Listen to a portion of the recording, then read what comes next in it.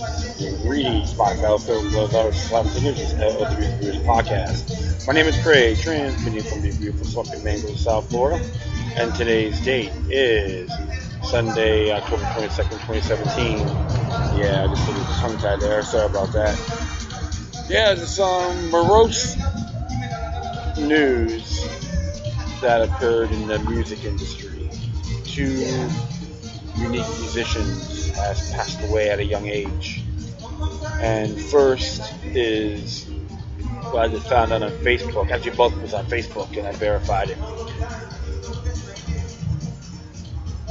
And wow,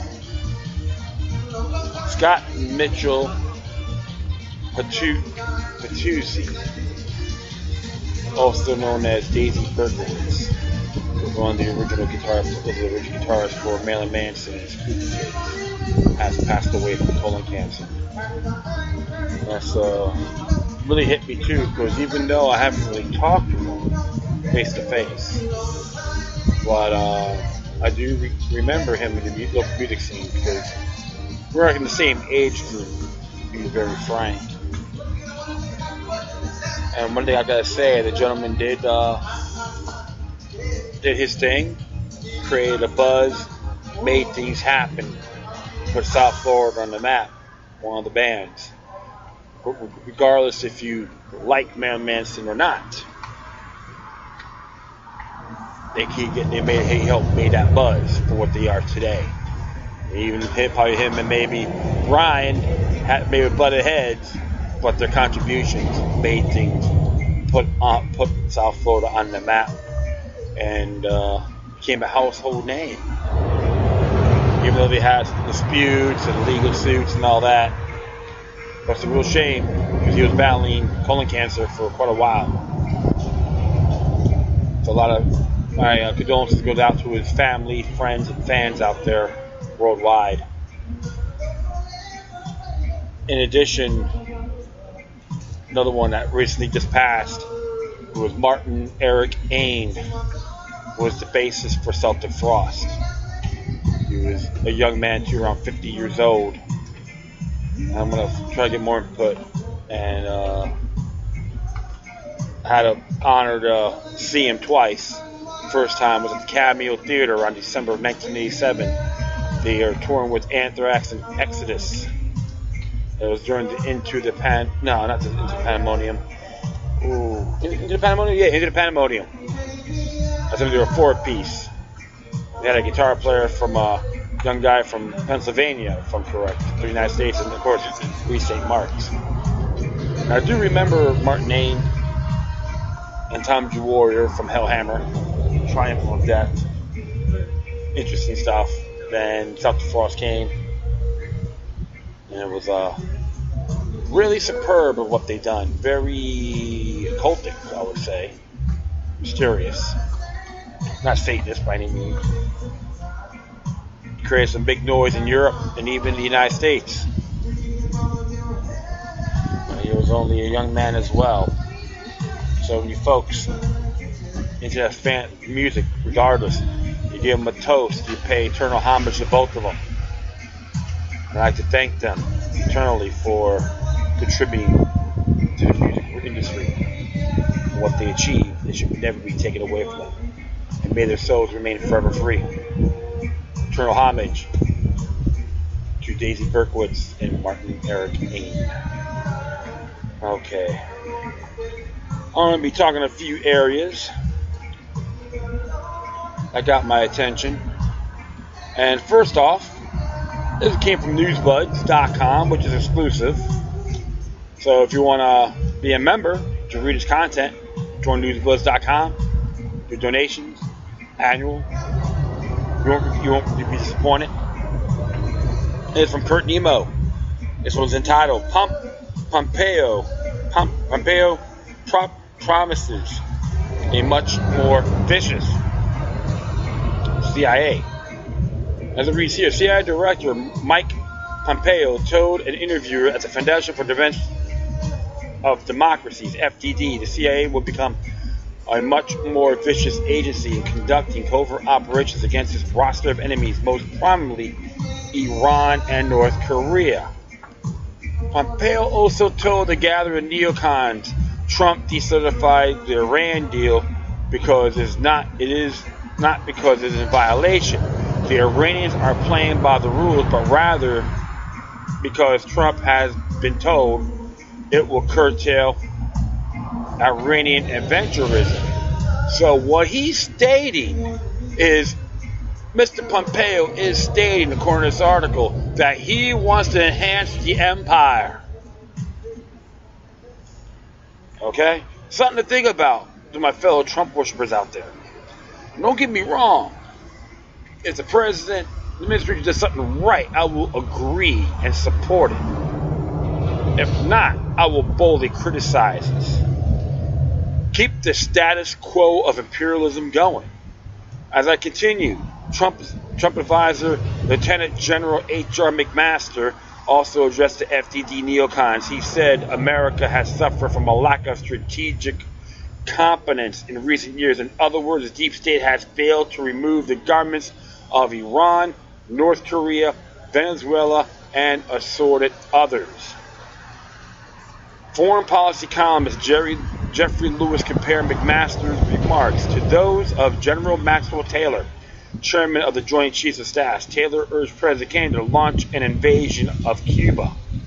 Foundation for Defense of Democracies, a cross-pollination of neocons and humanitarian interventionists. Its broad of advisors include Weekly Standard publisher Bill Kristol, a former CIA boss, James Woosley, radical fringe neocon Frank Gaffney, casino mogul Sheldon Elderson, that's right, and assorted deep state insiders, namely Duke Gingrich, Joe Lieberman, Donna Brazile, the former DNC boss, is the founding member, and Charles Schumer, Pinocchio himself. Ain't that amazing? All you people bicker about your party's the chosen one. That's what happens when you have tunnel vision and don't have the courage to see things in the bigger picture. To proceed, the organization is funded by the Bronfman brothers, Clifford D. May, and assorted millionaires and billionaires. May is president of the foundation and signatory of the project of the New American Century, a la PNAC. Who's on there too? Jeb Bush. Noted for his preoccupation with Iraq and the chimera of Saddam Hussein's nuclear and chemical programs. It was founded by two neocons, Bill Kristol and Robert Kagan, and is responsible for many of the lies used to make a case for invading Iraq. As May noted, Israel is a prime focus for the think tank. May and FDT have been calling for action against Iran since the organization's founding, and in doing so, they have almost invariably cited Israel's security. Right, John B. Judas.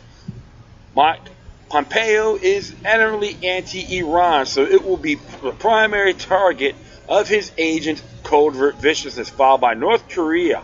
So Mike Pompeo is Israel's bitch. Bend over for the Zionist and say, if you criticize them, you're anti-Semitic. Exactly. See, this is how these parasites think. The synagogues of Satan, the ginos are trying to run the world.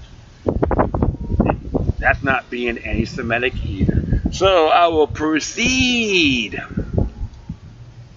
In a replay of the ruse used to frame Saddam Hussein, Pompeo said during his visit, it is an open secret and not classified information that there have been relationships there are connections between Al Qaeda and Iran. Or really, a sumptuous kinda sort of, it's the only way. Kinda sort of will get us through the day. He provided no evidence of this, but remember, the post facto realm rules prima facie just cause. There is evidence, however, senior members of Al Qaeda, including Osama bin Laden's son, Saeed and Hamza, were arrested by the Revolutionary Guard and held in Iran after they fled in the U.S. invasion neighboring Afghanistan in 2003. Iran turned them over to other countries, is offered to hand Al Qaeda members to the United States in the trade for people's majority of Iran members held by the United States that occupied Iraq, but the neocon-dominated Bush administration refused. Porter Gross, Bush's CIA director, said in 2005 there was the understanding that there is a group of leadership of Al-Qaeda under some type of detention. I don't know exactly what type necessarily in Iran is probably accurate. See, I guess, I think, and assume. The Saudis had their suspicions. They believe the captive Al-Qaeda leaders were used to mastermind a 2003 attack in Riyadh. This is improbable considering Iran is predominantly Shia and Saudi Arabia Sunni, and the two factions of Islam considered each other infidels and apostates.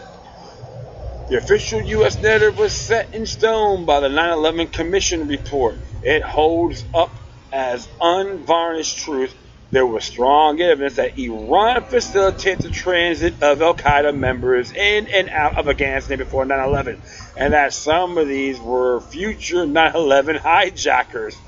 The Dog and Pony Show. And let's go continue on here. Saudi intelligence added to the narrative by announcing in 2004 its agents apprehended Khalid bin Auda bin Mohammed al-Harbi inside Iran. The legless cleric appears in a video attributed to Osama bin Laden but subsequently dismissed as a crude fake. It is preposterous for anybody to think that this tape is doctored. Bush said that's just a feeble excuse to provide weak support for an incredibly evil man, and he is God's chosen one. And the train's coming by right now, so bear with me. You hear a bing, bing, bing. The train's gonna be coming by. I'm at the Long New River, Fort Lauderdale as usual. I like it out here. It's a good vibe. The train's going by. Just hang tight there, my friends. So, George W. Bush, to everyone, all those Republican fanatics that think George W. Bush is a great president, Lord, thank you for having George W. Bush as my president, that he can protect us against the evil men of Iraq, and praise the New World Order. We will spread our butt cheeks in Jesus' name, amen. Right? That's what they want you to believe. So we'll continue on here. Last year, the U.S. Treasury Department announced it had sanctioned 3-level Al-Qaeda operatives living in Iran. The State Department was a little more circumspect. It said Al-Qaeda members continue to be held as prisoners or guests, depending on who tells the story. And Iran has refused to release their identities. Since at least 2009, Iran has allowed AQ facilitators to operate a core facilitation pipeline through the country, enabling AQ to move funds and fighters to South Asia and Syria. The State Department explained on its page. This contradicted previous announcement by the State Department in its terrorist reports for 2015-2014. It said Al-Qaeda was no longer operational in Iran. As we learned with Iraq and the Gulf of Tonkin, the government specializes in lying, fabrication, and deception to fit the agenda script, and some of these people still buy it today. But, we go to such and such news site to get our information. We are so brilliant. Trump has embraced the neocon Iran narrative. He made this clear when he decertified the nuclear deal.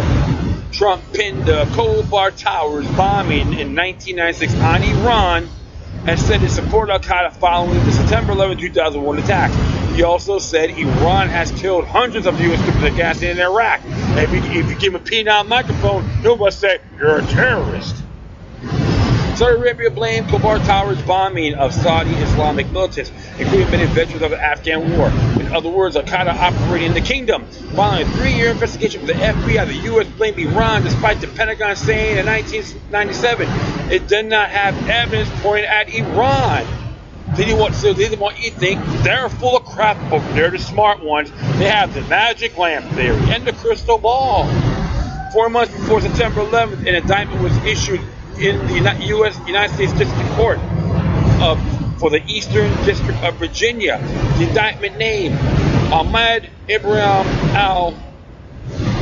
Picasso and others and charged them with carrying out the bombing. Ali Maghasil is said to head up the military ring of the pro-Saudi, Iran-Saudi Hezbollah. Even the New York Times admits there is no evidence Iran killed U.S. soldiers in Afghanistan. In March, Israeli Prime Minister Benjamin Netanyahu made the accusation in his speech before a joint session of Congress. But after more than 13 years of war, there is still scant evidence that would link to Iran to any specific American deaths in Afghanistan. Never mind the thousands that Mr. Netanyahu spoke of. The Times reported Netanyahu ignored the fact that the U.S. and Iran have worked together indirectly in Iraq for self-serving purpose over a period of years. Their mission proved to be a great fodder for the neocon narrative, however. It doesn't take much effort to get Mr. Pompeo's drift. Beginning with the creation of the National Security State in 1947, the CIA has worked behind the scenes, arranging coups, assassinating disfavored leaders, and manufacturing proxy wars around the world. Its inglorious past includes undermining Iran, Guatemala, Chile, Cambodia, Ecuador, Indonesia, Bolivia, Honduras, and many others. Remember, these countries don't hate us. If you still believe they had because of our freedom, you need a good Hawaiian punch in them out. And I say that out of love. Following the revelation of the Church Committee of the Senate, the Pike Committee of the House, and the Rockefeller Commission portraying the CIA as a rogue and murderous agency, it was decided to farm out much of what the CIA did to the National Endowment for Democracy and its beneficiaries, the International Republican Institute, National Democratic Institute for International Affairs, and Freedom House. NED played a pivotal role in the Iran-Contra affair, intervened in the Philippines, and funded a fanatical anti-Castro group in Miami. More recently, it has worked to oust the democratically elected leaders in Ukraine and Venezuela. The NED, like the CIA before, calls what it does supporting democracy. The government and movements in the NED targets call it destabilization. Writes William Blum. It's now clear how the CIA under Mike Pompeo will become more vicious, but its past, or that we are privy to, should serve as an example. Pompeo puts Michael D'Andrea in charge of the CIA Iran operations. During his tenure at the CIA's Counterterrorism Center, D'Andrea presided over the illegal drone program that has killed untold numbers of Pakistan and Yemen. His operatives also oversaw the interrogation of Abu Zubaydah, Ab al-Rahim al-Nashri, and Khalid Sheikh Mohammed, which a United States Senate report describes as torture. Robert Ettinger, a former CIA lawyer intimately involved in the agency's drone program, asked if D'Andrea will take a hard line in Iran and replied, "I don't think it is the wrong read." Interesting. If you think sanity will prevail in U.S. relations with Iran, think again. Trump was tutored on decertifying the Iran deal by Senator Tom Cotton, another neocon scumbag and an Arkansas Republican. Cotton, a former Army captain, believes bombing Iran is doable. He also compared the nuclear deal negotiations to the appeasement of Nazi Germany in the 1930s, that there are too many empty beds at Guantanamo Bay, and called for jailing journalists after they reveal a secret Bush administration program. According to the Beltway rumor mill, Pompeo, or the equally virulent Nikki Haley, Trump's UN ambassador, may become the next Secretary of State if Rex Tillerson steps down. Speculation has it Pompeo's replacement may be Tom Cotton. During the transition, Cotton was seriously considered to run the CIA. You have a confounded mind. As CIA director, he would have no compunction about doing whatever is necessary to find evidence to achieve his long-cherished goal of a war with Iran, writes Heather Digby Pardon. If opponent Tom Cotton will set the stage for disastrous war, In 2015, he told CNN it will only take several days to bomb Iran into oblivion, and the operation would resemble 1998's Operation Desert Fox, Bill Clinton's 4-day raid on Iraq. Are you out of your mind? That's a total wet dream. What's this guy on? What guy's been taking? Ecstasy or something?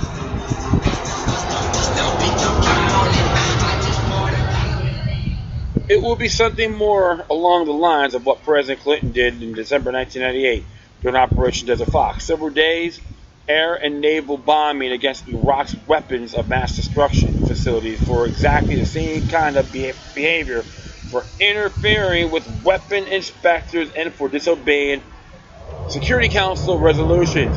Cotton told the Family Research Council in 2015. There is a problem with this. However, at the time, Iraq was working its way to failed state status under punitive sanctions that killed hundreds of thousands of Iraqis. Whatever they do, we will take reciprocal measures. All options on the table, said a senior advisor to Iran's supreme leader, Ali Khamenei, after Trump solidified the nuclear deal and threatened to designate Iran's Revolutionary Guard as a terrorist group. Unlike Iraq, Iran has prepared for an asymmetric war with the United States. It will shut down the shipping in the Persian Gulf if Trump attacks. In addition, its Revolutionary Guard has long planned on mounting an insurgent or guerrilla campaign against an invading force, trying to reach Iran's northern cities from its coastlines. Our Trump supporters brave for the damage that will be inflicted on our petroleum-based economy if Iran sinks tankers and blocks the Straits of Hormuz. Are they ready to shell out billions of dollars to launch an ill-fated war that will have a significantly different outcome than neocon cakewalking in Iraq? Absolutely. That's a question to those Trump supporters. Will you support this imperialism status quo? Will you like to see it proceed? Or do you want to see all our brothers and sisters in the armed forces all come home, demolish all our bases around the world? Don't just leave them there, just demolish them, including Guantanamo Bay in Cuba. I support that cause. I support common defense, not imperial offense. Now look at the clowns and the FDD that are involved. And they're from both two different major political parties. So don't you tell me that the Republicans are this way, Democrats are not, and vice versa, because you still got your head in the sand. I can see Tom Cotton going to the front line of battle. See how tough this neocon stooge is and the rest of these lackeys, including President Trump. And I say that out of respect. So something folks got to really look at.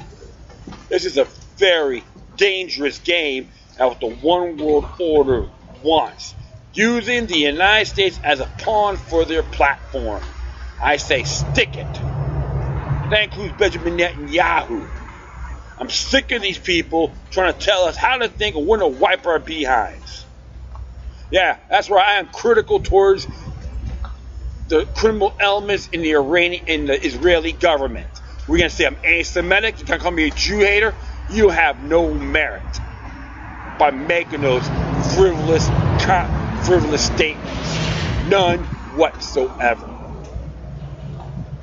What is it going to be, my fellow brothers and sisters in the United States? Do you want this war? Probably some of the jerk-offs may sell their weapons. Oh yeah, I'm going to masturbate with the war guys. We're going to invade Iran, yeah. I want to make money, yeah. They're going to blow it back in their face and they'll be crying. They're the first ones crying. And jumping off the ship first. We're sinking. What's going to be, my friends? I say we throw Mr. Pompeo in the front line. See how tough he is with that attitude. He's the enemy of the Republic with that rhetoric. Prove me wrong, folks. To all you Trump worshippers out there, you better prove me wrong. Alright, so I'm going to hit this one here from gutcongress.gov, and it's a reference to the Second Amendment, believe it or not. It's H.R. 399 to amend Title 18 United States Code to prohibit the manufacture, possession, or transfer of any gun, any part or combination of parts that is designed and functioned to increase the rate of fire of a semi-automatic weapon, does not convert a semi-automatic rifle into a machine gun, and for other purposes. This is from a chump named Representative Carlos Cabello, Republican House of Representatives, District 26. They have many co-sponsors. A lot of them are the Republicans, including Eileen Loss-Lighton. She should wear I Love Fidel Castro button, as far as I'm concerned. So let's read what the bill has to say here at H.R. 3999. To amend Title... Okay, so I already got that there. In the House of Representatives, this one came out October 10th. Mr. Carbello of Florida for himself, Mr. Moulton, Mr. King of New York, Mr. Paulus, Mr. Lance, Ms. Kelly of Illinois, Mr. Meffin, Ms. Rosen, Mr. Royce of California, Mr. O'Rourke, Mr. Smith of New Jersey, Mr. Cartwright, Mr. Poland, Ms. Gabbard, Mr. Costello of Pennsylvania, Ms. Cohen, Ms. Ross-Whiten, Ms. Delaney, Mr. Dent, Gene Green of Texas. They got folks from everywhere else. Mr. Stafnick, Mr. Perlmutter introduced the following bill, which was referred to the committee to this judiciary. To amend Title 18 U.S. Code to prohibit manufacture, possession, or transfer of any part or combination of parts that is designed and functions to increase the rate of a fire of a semi-automatic rifle, but does not convert the semi-automatic rifle into a machine gun, and for other purposes. Be enacted by the Senate and the House of Representatives of the United States of America in Congress assembled. Section 1. Prohibition of manufacture, possession, or transfer of any part or combination of parts that is designed and functions to increase the rate of fire of a semi-automatic rifle, but does not convert the semi-automatic rifle into a machine gun. Prohibition. 922 of Title 18, Section 922 of Title 18, U.S. Code is amended by adding the end of the following. AA, it shall be unlawful for any person, 1, enter affecting interstate or foreign commerce to manufacture, possesses, or transfer any part of combination of parts that is designed and functions to increase the rate of fire of a semi-automatic rifle, but does not convert the semi-automatic rifle into a machine gun, or 2, to manufacture, possess, or transfer any part or combination of parts that have been shipped or transported in interstate or foreign commerce. Penalties. B. Section 924A1B of such title amended by striking or Q and inserting or Q or AA. Sentencing guidelines. Pursuant to its authority under Section 994 of Title 28, United States Code is in accordance with this subsection. The United States Sentencing Commission shall amend and review the federal sentencing guidelines and policy statements to ensure that the guidelines provide for a penalty enhancement of not less than 2 level offenses in the violation of Section 922AA of Title 18 of the such code. If the vice is described as such 922AA has been 1. Use or carry or possess in relation to a crime, a violence or drug trafficking crime. Such terms are defined in Section 924C3 of such Title 18, or smuggled unlawfully into from the United States. Effective date. This section amendments made by this section shall apply with respect to conduct engaged in after 90 days that begins with the date of the enactment of this act. So, it looks like here they don't want to see the people get the same amount of firepower as their little minions in government. That's right. When you read the Second Amendment of the U.S. Constitution. It's not from the NRA or Guns of America, which I'm a lifetime member, don't get me wrong, of Guns of America. It's making sure that people have the same amount of firepower or better than their government or tyrants, whether it's foreign or domestic. This is more like we want to give us little soft goods, possible water pistols.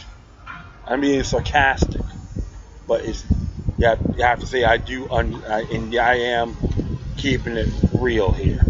So 25 co-sponsors wrote it on, supports it. I tell everyone, call your elected servants, tell them to shoot it down. The reason they're doing it is because of the Las Vegas massacre. And like I said in my past show, I'm convinced it was Gladio, Operation Gladio in Las Vegas. And I'm not the only one. Many others are saying American Gladio. There's more than multiple shooters, but they don't want to blame one guy. Oh yeah, so they used it because they took advantage of our freedoms. Don't give me that garbage. It doesn't work anymore. Your official story has been debunked. How come you have a federalized sheriff and he and his puppet master, federal FBI agent Matt Roos, who is special operations, and he's focused on foreign intelligence and espionage involved in investigating, quote-unquote, investigating the Las Vegas massacre. The citizen journalists whipped their asses, and they can't handle it. So this is their thing of saying, you people, the people of this country, isn't capable of handling themselves. We're going to do it for you. I don't need it here to tell me how to wipe my rear end. So I'm going to tell everyone out there, I recommend you say no to HR 3999, and tell them if you support it, then you're less patriotic than Benedict Arnold, or to like Aline Loss-Lighton and the other so-called people in the House that are Hispanics. And that's just an example. Wear your I Love Fidel Castro button or Che Guevara button. Okay? That's how I look at it. If you get offended by it, too bad. Alright, one more. And that will be done for the night. And this one here came from Minds.org, came out a couple days ago. By James Bobber. It says here, torture in chief turns savior of freedom? Former President George W. Bush gave a speech yesterday implicitly slamming President Donald Trump for dragging down democracy.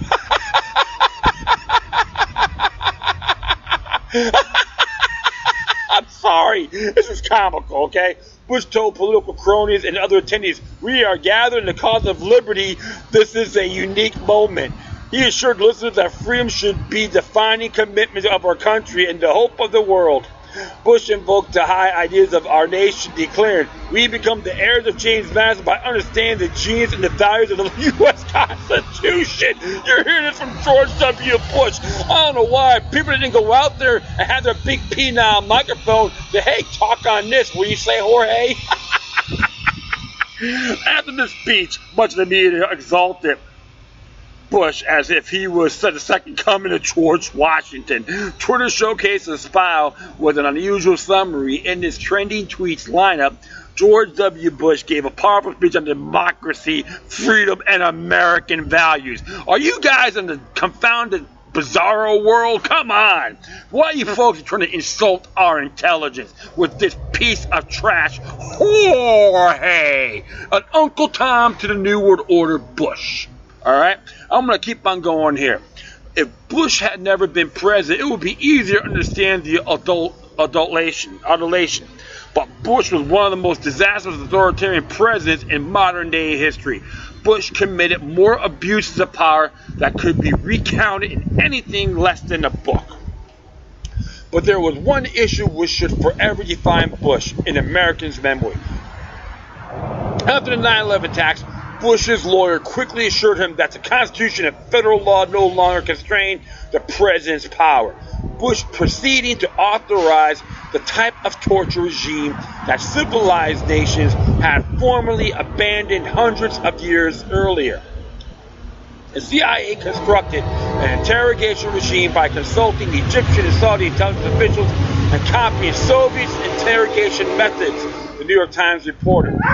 Thanks to Bush's orders, U.S. government abuses ranged from endless, high-volume repetition of a Meow Mix cat food commercial at Guantanamo to tearing out toenails in Afghanistan to compulsory enemas for recalcitrant prisoners to beating to death in Iraq, kicking them to death outside Kabul, and to illegally sending detainees of foreign governments to be tortured by proxy and creating a system of ghost prisoners worthy of a banana republic. A secret legal opinion authorized CIA interrogators to engage in head-slapping, waterboarding, frigid temperatures, and manacling for many hours in stressed positions. CIA interrogators often did not speak the language of detainees, so they compensated by beating the hell out of them. Psychologists aided the torture regime, offering helpful hints on how to destroy the will and the resistance of prisoners. Monty Python was the Bush administration's patron saint for judicial proceedings. Evidence gained via coercion was admissible as long as a military judge deigned that the methods used did not quite rise to torture.